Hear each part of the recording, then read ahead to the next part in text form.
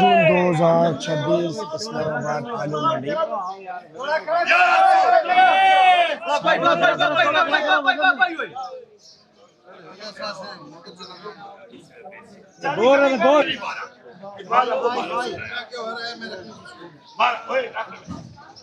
बोलो बोलो बोलो बोलो बोलो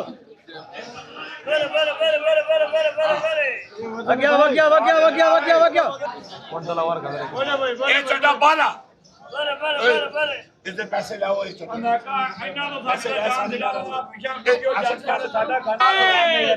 तो कौन नक्सी है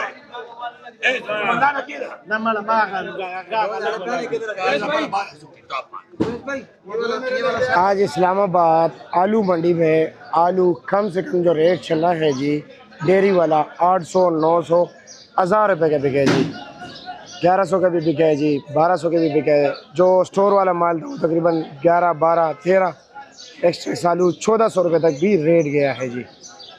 वज़न यही 60 किलो जी।